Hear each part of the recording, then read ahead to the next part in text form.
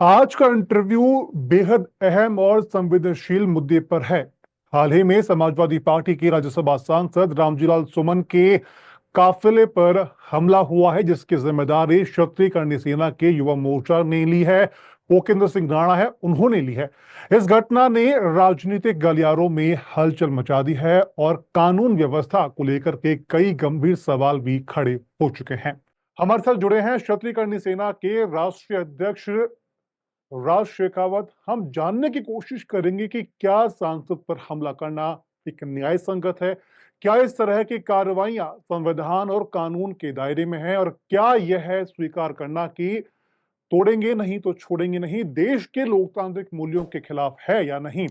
क्या इस तरह कानून को हाथ में लेना कितना सही है, या फिर यह एक अलग गुस्से का इजहार है। चलिए बिना किसी देरी के शुरुआत करते हैं सीधे सवालों के साथ में। राज जी हमारे साथ जुड़े हुए हैं।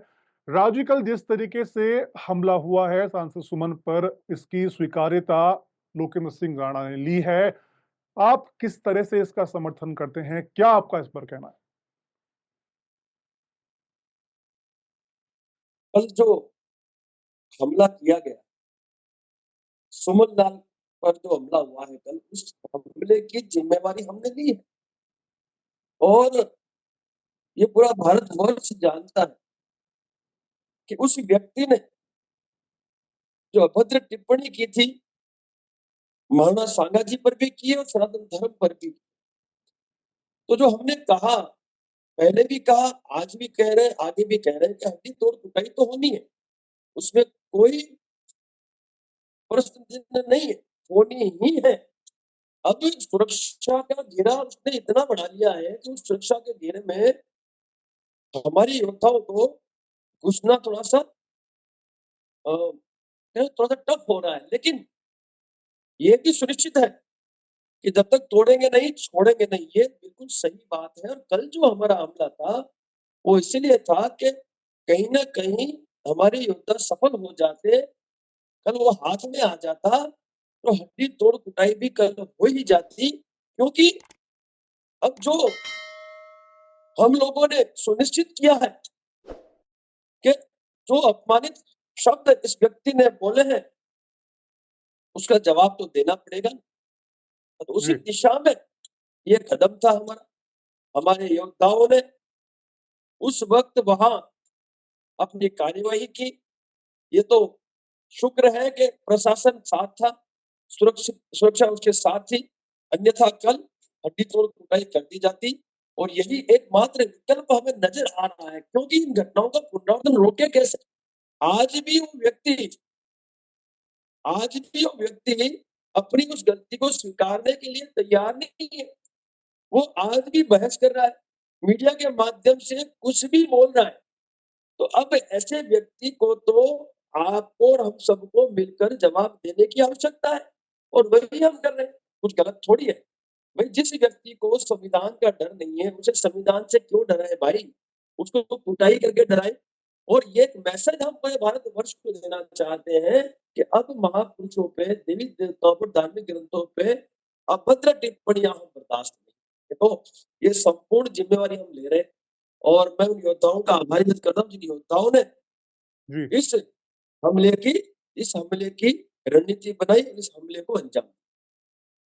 लेकिन शेखावत जी, एक तरह से ये देखें कि सांसद पर हमला करना क्या लोकतांत्रिक मूल्यों या फिर संविधान के नियम के तहत आता है क्या? ये आप भी जानते हैं कि वो एक सांसद की वो पोस्ट पे आपके हैं। वो आप देखो, वो आप लोगों के लिए सांसद होगा, हमारे लिए तो गंदे का कीड़ा है।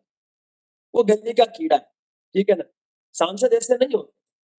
जनप्रतिनिधि जो होता है वो महापुरुषों से लेके, देवी देवताओं से लेके, धार्मिक ग्रंथों का सम्मान करता है। ये तो गले का कीड़ा है। और जो कीड़े होते हैं ना, कीड़ों को रोक देना पड़ता है, कीड़ों को रोकना पड़ता है, नहीं तो वो गंदगी फैलाते हैं। तो आपके लिए सांसद है, हमारे लिए वो सांसद नहीं है। सांसद उसी दिन हमारे लिए खत्म हो गया था जिस दिन उसने संसद भवन में अभद्र टिप्पणी की थी। अब वो एक आम इस देश का नागरिक है, और उस नागरिक को सजा अवश्य मिलनी चाहिए। हम हमारे हम हमारे तरीके से सजा दे रहे। भाई हमने कहा संविधान को यदि लगता है कि हम गलत कर रहे हैं तो संविधान अपनी कार्रवाई करे। हमने कहा रुका, हम तैयार है।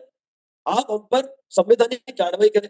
आप हमें फांसी पे चढ़ा दें, आप हमारा एनकाउंटर कर दें। हमने कहाँ रोका? अभी समाजवादी पार्टी जो उसको समर्थन कर रही है, उसको सपोर्ट कर रही है, जिसके सह में आकर ये व्यक्ति इस तरह से अपना पावर दिखा रहा है, तो हमने कहाँ रोका? अभी समाजवादी पार्टी का भी तो खात्मा होना ही है। इस बार जो जी। चुनाव होंगे उसमें समाजवादी पार्टी का खात्मा सुनिश्चित है। भाई हमारे जो युवा प्रकोष्ठ के जो राष्ट्रीय अध्यक्ष हैं, वो हमारा उपेंद्र राणा, तो आप देखो उत्तर प्रदेश के गाँव-गाँव निकल चुका है। हम तो बिल्कुल शपथ दिलवा रहे हैं। हम तो कुलदेवी की शपथ दिलवा रहे हैं कि भई समाजवादी पार्टी को अब मतदान नहीं होगा, उसका बहिष्कार होगा। तो समाजवादी पार्टी ने बहुत बड़ी गलती की है, उसकी सज़ा उसे आने वाले समय में मिलेगी और इस व्यक्ति को तो हड्डी-तोड़ कुटाई करके सज़ा दी जाएगी, ताकि इन घटनाओं का पुनरावर्तन भविष्य में रोका जा सके। हमने ये नहीं कहा, इस व्यक्ति जी। को इस व्यक्ति को संविधान का डर नहीं लगता है, आप समझने की कोशिश कीजिए। जो व्यक्ति लगातार अपनी गलती को छुपा रहा है, जो अपनी गलती को स्वीकार नहीं रहा है, उस व्यक्ति को संविधान का डर नहीं है, वो संसद भवन में स्टेटमेंट देता है, संसद भवन के बाहर आके मीडिया के सामने स्टेटमेंट देता है। ऐसे व्यक्ति के लिए संविधान नहीं, कुटाई एकमात्र विकल्प है और वो कुटाई के लिए हम बिल्कुल तैयार हैं। जैसे ही मौका जी। मिला, जिस मौका मिला उस दिन इसकी कुटाई, हड्डी-तोड़ कुटाई कर दी जाएगी और उसकी ज़िम्मेवारी भी हम लोग जी। लेंगे, आप निश्चिंत रहिए। ठीक है, आपने एक बात कही कि जब तक तोड़ेंगे नहीं, तब तक छोड़ेंगे नहीं। तो क्या हम ये माने कि ये क्षत्रिय सेना का औपचारिक बयान है या फिर औपचारिक एक नीति है या फिर ये स्पेशली आपका खुद का बयान है?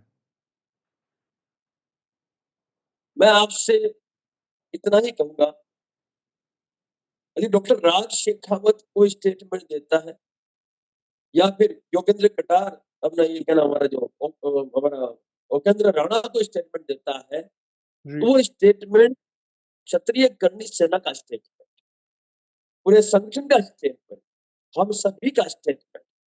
और ये जो स्टेटमेंट है, वो स्टेटमेंट में हम आज भी कायम। हमने कहा हड्डी तोड़ कुटाई करनी है, उस दिशा में हमने उसके घर पर भी प्रदर्शन किया, आपने देखा। हमने 12 तारीख का आयोजन भी किया, आपने देखा। आपने कल की घटना भी देखी। तो हमने जो स्टेटमेंट दिया है, उस पे हम कल भी कायम थे, आज भी कायम है, आगे भी हम कायम रहेंगे। हम कुछ गलत कर ही नहीं रहे। हम जी। तो सनातन धर्म की रक्षा कर रहे हैं। हम तो हमारी संस्कृति की रक्षा कर रहे हैं। हम तो हमारे महापुरुषों पे हो रहे प्रहार की के लिए जवाब दे रहे हैं और इसलिए दे रहे हैं कि माफिया भूतकाल में हमें बहुत दे दी। माफी देने से ही तो आज ये दिन देखने की नौबत आई है। तो हम भी ये चाहते हैं कि संविधान का इन लोगों को डर है नहीं, इन्हें संविधान से जी। न डराया जाए और इन्हें इनके लिए एकमात्र विकल्प है डर का, वो विकल्प है इनकी कुटाई की जाए। एक ऐसा मैसेज पूरे भारत देश में जाना चाहिए कि अब ये सनातनी जो है, वो किसी भी कीमत में अपने महापुरुषों का अपमान बर्दाश्त नहीं कर। लेकिन शेखावत जी, आप ये सोचिए कि अगर इस तरीके से जैसे कोई बयान देता है, निश्चित तौर पर वो बयान देना गलत है। लेकिन अगर इन बयानों के आधार पर अगर हर संगठन ही अपने स्तर पर न्याय करता रहेगा, तो फिर कानून व्यवस्था का क्या होगा फिर? ऐसा है, कानून का यदि डर इनको होता, तो ये अभद्र टिप्पणियाँ ये लोग करते ही। ये सत्ता का दुरुपयोग करते हैं, सालों से करते हैं। आपने देखा भूतकाल में अ, संत शिरोमणि मीराबाई के लिए एक मंत्री महोदय ने स्टेटमेंट दिया था, अभद्र टिप्पणी की। उससे पहले राजस्थान की घटना महाराणा प्रताप जी के लिए भी एक अभद्र टिप्पणी हुई थी, उनका अपमान हुआ। ऐसे कई घटनाओं को भूतकाल में इन लोगों ने अंजाम दिया हुआ है। महापुरुषों पे लगातार, देवी-देवताओं पे लगातार, धार्मिक ग्रंथों पे लगातार प्रहार भूतकाल में हुआ है। वो व्यक्ति विशेष के द्वारा हो या फिर फ़िल्म इंडस्ट्री के द्वारा हो, लगातार हो रहा है। अब इसे रोकने के लिए करेंगे क्या? वही संवैधानिक जो आप बात कर रहे हो, संविधान का इन्हें डर नहीं है। मैं आपसे आपको एक मैं एग्ज़ाम्पल देना चाहता हूँ। अ, ये देहरादून की घटना है, वहाँ पर अ, general lieutenant general Harwant Singh ji का आपने नाम सुना होगा, जो संत हो गए और उनकी समाधि है वहाँ देहरादून में। आप बिलीव नहीं करेंगे, वो जो समाधि स्थल है, जिस आश्रम जी। में है, उस आश्रम के जो लोग हैं, उस समाधि स्थल पर हमें पुष्प चढ़ाने की भी परमिशन नहीं दे रहे। उनकी पूजा अर्चना तक हम नहीं कर सकते। सोचिए, और उसके लिए पिछले 6 साल से हम संवैधानिक लड़ाई लड़ रहे हैं। अब सोचिए 6 साल हो गए। संवैधानिक लड़ाई लड़ते हुए और हमारे जो है वो जो संत महात्मा जिन्होंने समाधि ली है, जो कि लेफ्टिनेंट जनरल रह चुके हैं सेना में, जिन्होंने परमवीर चक्र विजेता है, जो ऐसे व्यक्तियों को भी इस संविधान से न्याय नहीं मिलता है। 6-6 साल बिल्कुल, ये से इतना जो हमने जो जी, एक पैटर्न भी अपनाया है, इस पैटर्न के माध्यम से बिल्कुल चुटकी में न्याय मिल जाता है और भय का माहौल उन लोगों के लिए उत्पन्न होता है जो अनलॉफुल एक्टिविटीज में इन्वॉल्व है। मैं फिर कहता हूँ, देश की आम जनता के तो हम रक्षक हैं, क्षत्रिय है, छात्र धर्म है हमारा। देश की जनता की रक्षा करना, न्याय अधिकार देना, उनके हम रक्षक हैं। उनके लिए आधी रात को खड़े हैं। लेकिन जो अनलॉफुल एक्टिविटीज करने वाले जी, जो लोग हैं इस भारतवर्ष में, उनके लिए संविधान का डर है ही नहीं। तो उन लोगों को डराना है, उन लोगों को सजा देनी है, तो ये एक कुटाई मेरे जो कुटाई का जो एक जो कार्य है, हड्डी तोड़ कुटाई का जो हमारा कार्य है, वो एकमात्र विकल्प हमें नज़र आ रहा है। हमने ये जी, नहीं कहा कि भई संविधान अपना काम ना करे। मैंने कहा, यदि लगता है संविधान को कि हम गलत कर रहे हैं, हमने संविधान य सीधी-सीधी बात है कि हम तो कूट रहे हैं, हम संविधान को हाथ में ले रहे हैं। क्यों ले रहे हैं? कभी सोचना इस बात पे भी। ये नौबत क्यों आई? ये आवश्यकता क्यों पड़ी?